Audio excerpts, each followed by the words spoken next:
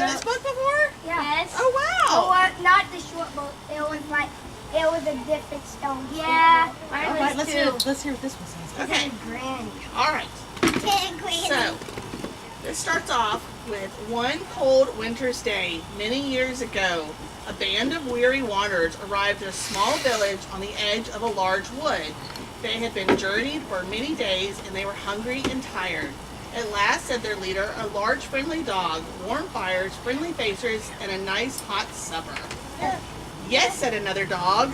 I'd give anything for a bowl of carrot soup right now, or a big hearty stew, said the leader, with a potato or pasta or rice. The door's open. Is it? So if you open They're it, obviously not at my house. there's a dog.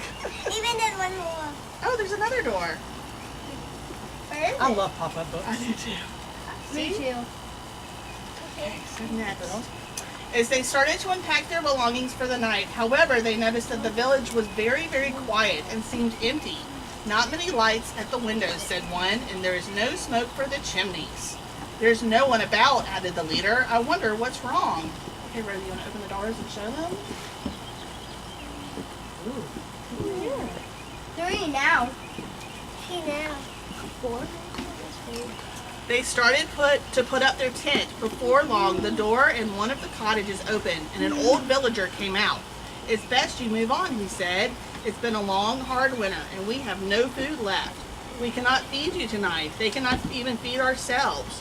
One by one, the other villagers came out of their houses. We are poor, one said, and hungry, joined another, and we cannot offer you food. Be on your way. There's a fly. It's a fly? Yeah. See, it's a fly. It looks like a butterfly. It looks like a moss. Actually, it looks like a butterfly. Don't you worry about that, said the leader. We're going to have a hearty stone soup. There will be enough for you, too, if you like. I've never heard of stone soup, said the old villager. Is it good? Good, said the leader. It's the most delicious soup you will ever taste. It's hot, tasty, and filling. All we need is some wood for a fire. Well, answered the villagers, we may have a little wood in return for a bowl of your most delicious stone soup. Yay! So they're going to build a fire. I love fires. I can roast marshmallows. Oh, I know. I love that too. Yeah, there's some more. Okay. Before long, the wanderers had built a roaring fire from the wood the villagers had found for them. They put up a large cooking pot on it, filled with water, and soon it was boiling busily. The villagers came out to stand around the fire and out of their hands too good to be warm. They said, what a good idea to put all our wood together. The leader reached into the cart and pulled out a bundle. He unwrapped it carefully and revealed a large stone. Is that it? The old villager said. Oh, the stone, I see it. It looks just like an ordinary stone. Have we wasted our precious firewood for that? This is no ordinary stone, said the leader. This is a stone. This is a stone. It's a stone soup stone. And he dropped it into the boiling water. So he thinks this stone is going to make soup. So let's see what happens.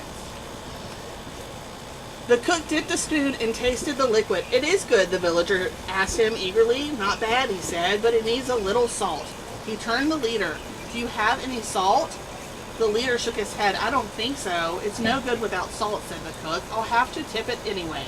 Wait a minute, said one of the villagers. Let me see. I might be able to find a little salt if that's what needs. Oh, so the neighbor's going to run off and get the salt. That's sweet. They're helping. Yes.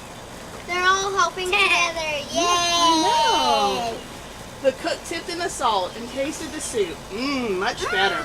If only we had some parsley. Wait, called one of the villagers. I think I may know where to get a bunch of parsley. I'd forgotten it until now, and off he went to the cottage to fetch it. Is this your book? I don't suppose anyone has any carrots, have they? Asked the cook. It's very good with carrots. Yes, a small voice called out. My father has got some carrots hidden in the loft. Does he have some pepper too? Asked the cook. If he hasn't, I have, cried another. I'll go and get it. And there's Read it, one baby. more. So look, that's where the parsley is. And this is where the carrots are. Oh, in the garden. I see. See? It's a parsley. Parsley is an herb, so it adds flavor to the soup. Especially good with chicken soup. Yes. Before long, all the villagers had remembered bits of food and seasoning to go into the soup. Only the old villager had refused to give anything to the meal, saying he had no food in his house at all. Everyone stood around the cooking pot and breathed deeply. The soup smelled perfect. "Is it ready?" asked a small voice. "We are so hungry." The cook dipped in his spoon and sipped the broth. "No," he said, shaking his head. "What is really need now is an onion." Everyone stared at their feet and shuffled uneasily. Then, one by one, they all turned to look at the old villager. He turned red and muttered, all right, I must have an onion in my house. Just one, mind." And off he shuffled. He didn't want to give it up. All right, Rosie, go for it. Okay, Rosie, lift up the flaps. So we have carrots I look like this with a carrot. and parsley. What about this one? Can you get that one up?